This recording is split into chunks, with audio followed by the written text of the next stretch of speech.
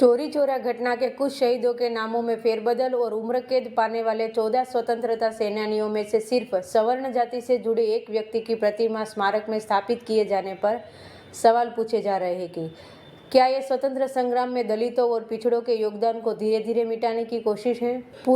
पुरानी पट्टिका के श्री लोटू पुत्र शिवनंदन कहार में से कहार शब्द नई तख्ती से गायब है। वही श्री रामलगन पुत्र शिव टहल लोहार अब शहीद रामलगन पुत्र शिव टहल के नाम से दिख रहे हैं।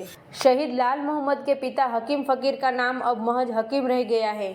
लाल मोहम्मद को 3 जुलाई 1923 को रायबरेली जेल में फांसी दी गई थी। इन्हें इलाहाबाद हाई कोर्ट ने 4 फरवरी 1922 में चोरा चोरी की उस घटना के लिए जिम्मेदार पाया था जिसमें पुलिस थाने में आग लगा दी गई थी और 23 पुलिस वालों की मौत हो गई थी। चोरी चोरा की घटना के लिए कुल 19 लोगों को फांसी और 14 को उम्र कैद की सजा सुनाई गई थी।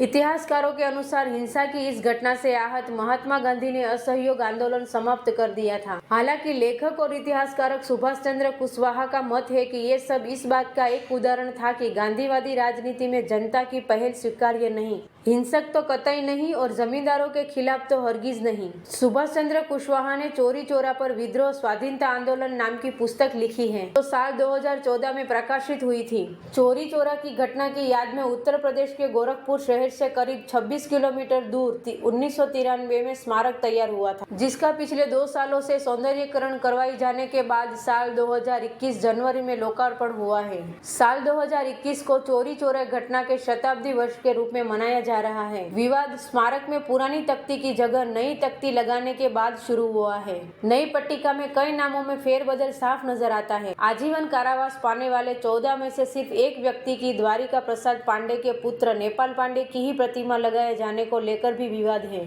डुमरी खुर्द निवासी बिक्रम अहिर को इस घटना के लिए फांसी दी गई थी। उनके पड़पोते श्रद्धानंद यादव कहते हैं कि सेशन कोर्ट ने जिन 172 लोगों को फांसी की सजा सुनाई थी उसे देखिए और बताइए कि उसमें अपर कास्ट के कितने लोग हैं। यह किसानों और मजदूरों का आंदोलन था, जमींदारी प्रथा के सताए हुए लोग। सरकार उन लोगों के योगदान को धीरे धीरे मिटा देना चाहती है। लाल मोहम्मद जिन्हें 3 जुलाई 1923 को फांसी हुई थी, उनके पोते मेनुद्दीन ने दादा और परदादा के नामों को सुधरवाने के लिए मुख्यमंत्री को पत्र लिखा है। मेनुद्दीन कहते हैं कि स्मारक में लगी मूर्तियों में हमारी पहचान को छिपा दिया गया है।